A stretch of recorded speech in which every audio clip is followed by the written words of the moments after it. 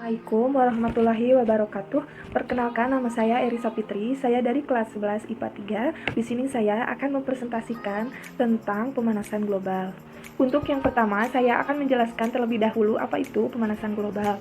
Nah, pemanasan global atau yang disebut dengan global warming adalah istilah yang digunakan untuk menggambarkan peningkatan suhu rata-rata atmosfer bumi dan lautan secara bertahap, serta sebuah perubahan yang diyakini secara permanen mengubah iklim bumi. Pemanasan global tidak terlepas dari pencemaran udara di dunia.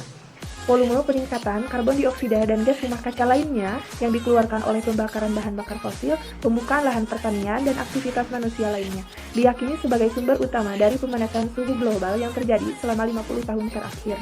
Untuk yang kedua, yaitu penyebab pemanasan global.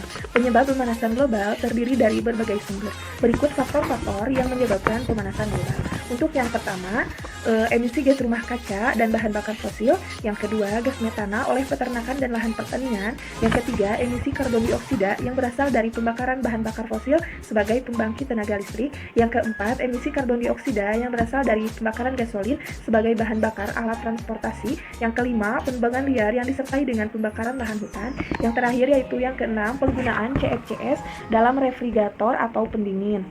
Untuk yang ketiga, yaitu dampak pemanasan global. Yang pertama, temperatur bumi yang semakin tinggi. Yang kedua, melelehnya es di kutub utara dan kutub selatan, sehingga hewan yang tinggal di sana kemungkinan besar akan mati disebabkan ia tidak mampu beradaptasi dengan suhu rendah.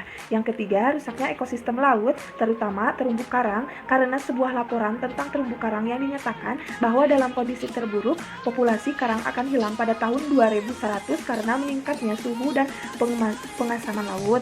Yang keempat, kepunahan spesies tertentu. Menurut penelitian yang dipublikasikan dalam majalah Nature, peningkatan suhu dapat menyebabkan kepunahan lebih dari 1 juta spesies.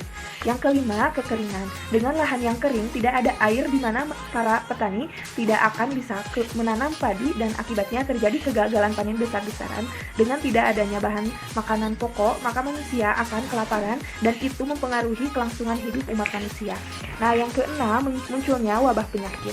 Yang ketujuh, tenggelamnya pulau-pulau kecil. Diperkirakan 2000 pulau akan terancam hilang tenggelam pada tahun 2050 yang disebabkan adanya kenaikan permukaan air laut. Yang kedelapan, menipisnya lapisan ozon. Lapisan ozon adalah salah satu lapisan atmosfer yang berada di dalam lapisan atmosfer. Lapisan inilah yang melindungi bumi dari radiasi sinar ultraviolet. Berdasarkan pengamatan satelit, diketahui bahwa lapisan ozon secara berangsur-angsur mengalami penipisan sejak pertengahan tahun 1970. Untuk yang keempat, yaitu solusi pemanasan global. Yang pertama, kurangi penggunaan energi fosil, penggunaan energi berbahan bakar fosil seperti minyak bumi. Yang kedua, beralih menggunakan energi ramah lingkungan dan energi terbarukan. Yang ketiga, mengurangi penggunaan alat transportasi seperti sepeda motor untuk mengurangi penggunaan bahan bakar. Yang keempat, melakukan kegiatan penghijauan atau reboisasi. Yang terakhir, yang kelima, yaitu mencegah terjadinya kebakaran hutan. Saya mengambil contoh dari pemanasan global, yaitu pemanasan global mengancam resor SKI di Prancis. Prancis termasuk destinasi SKI salah satu destinasi SKI kenamaan di dunia, bersama dengan Australia dan Amerika. Namun pemanasan global juga mempengaruhi resor-resor SKI di dunia. SKI akan tetapi menjadi kegiatan penting untuk kebijakan pariwisata Prancis. Tetap perlu mengembangkan sejumlah penawaran baru untuk menanggapi permintaan wisatawan dan perubahan iklim, kata Joel Retailleau, Direktur Pelaksana ANMSM, Asosiasi Resor SKI Naungan Wali Kota, dikutip dari Reuters. Pemanasan iklim semakin kuat memberi dampak pada suhu musim dingin. Salju semakin langka di resor SKI ketinggian di bawah 1.500 meter. Penelitian Universitas Grenoble menemukan bahwa hampir setengah dari 160 resor SKI telah ditutup sejak tahun 1951. Mereka umumnya keluar dari bisnis wisata ASKI karena kekurangan salju. Beberapa resor SKI telah beralih ke salju buatan, diproduksi dengan memaksa air dan udara bertekanan. Namun, berkelanjutan dengan semacam itu dipertanyakan karena untuk salju buatan membutuhkan suhu di bawah 0 untuk operasional. Artinya, tidak akan menjadi solusi jangka panjang yang layak jika suhu musim dingin terus meningkat. Resor SKI Prancis banyak terancam bangkrut karena kekurangan salju tersebab pemanasan global. Le Monde di wilayah Auvergne terpaksa menutup sebagian besar 33 truk selama salah satu musim dingin paling hangat yang pernah tercatat di Prancis. Kondisi iklim telah berubah. Terakhir kali kami memiliki sangat sedikit salju selama liburan sekolah bulan Februari adalah 30 tahun yang lalu, kata Patrick Det, salah satu ketua resort.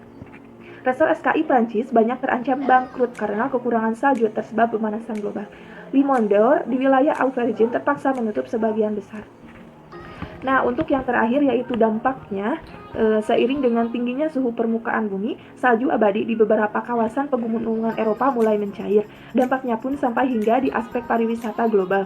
Belum lama ini, sebuah resort SKI asal Perancis tertangkap tengah mengangkut 50 ton salju dari pegunungan Pirenia dengan menggunakan helikopter. Helikopter membutuhkan waktu selama sekitar 2 jam dan memakan biaya antara 5.000 euro sampai 6.000 euro untuk operasi ini.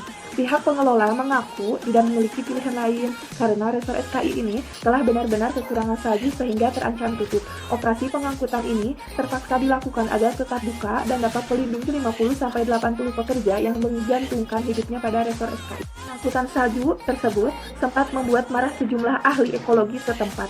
Menteri Ekologi Prancis Elisabeth Borne menganggap bahwa hal itu merupakan bukti dari dunia yang terbalik. Bukannya beradaptasi dengan pemanasan global, resort SKI malah menimbulkan masalah lain dengan mengurangi pasokan salju di pegunungan Pirenia.